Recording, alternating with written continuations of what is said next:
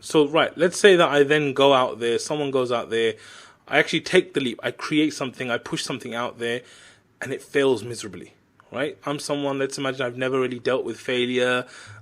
I can't handle it. Like, how do I get myself up? How do I try again and keep trying and keep going? Like, what's the formula for that?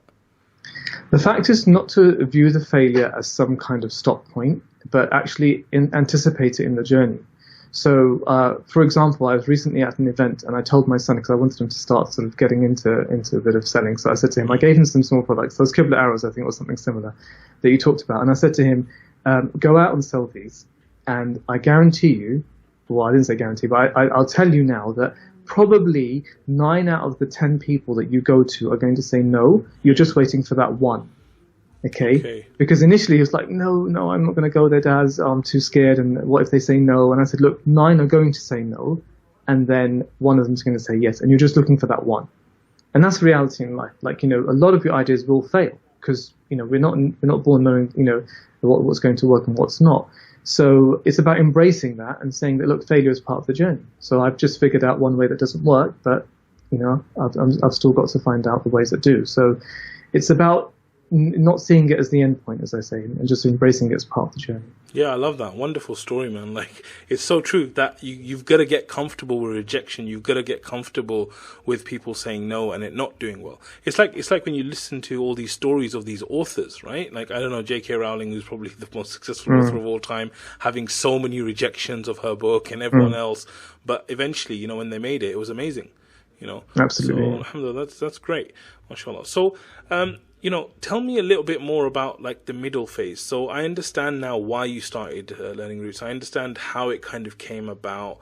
Tell me, like, what did you first start seeing real success with that you realized that, I think I do have something here that could be really big? So after the first 3 products that did fail, pretty much, in terms of like the initial feedback before, like, didn't hit the mark as I thought they would. So I kind of classified it. I thought, what, we were aiming at madrasas with these products maybe. Maybe we didn't get the market segment right, that kind of thing. So I decided to aim more at the home because I felt at that time that's an area that was really underserved. And so our next line of products were much more illustrated, much more engaging for children at home for use as opposed to madrasa use. And it was an instant hit. So I think we actually grew 10x in that first after the first iteration of products, and that really gave me a lot of encouragement. Like, okay, this is clearly working. Alhamdulillah, just in the second iteration, I found it, which was fantastic. But even in that second iteration, we went from releasing 3 products, I think it was, to 11.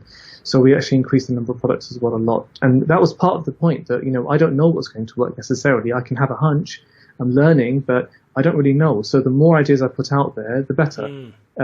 And so we grew a lot in that year, not just in the number of products we released, but also the response to it as well, which was really good. So we got 2 things right. A lot of the product ideas were better, and also the market segment that we pivoted to away from madrasas, for example, to home, and that worked really well. And that's why a lot of the products you see today from Learning Roots are designed actually for the home.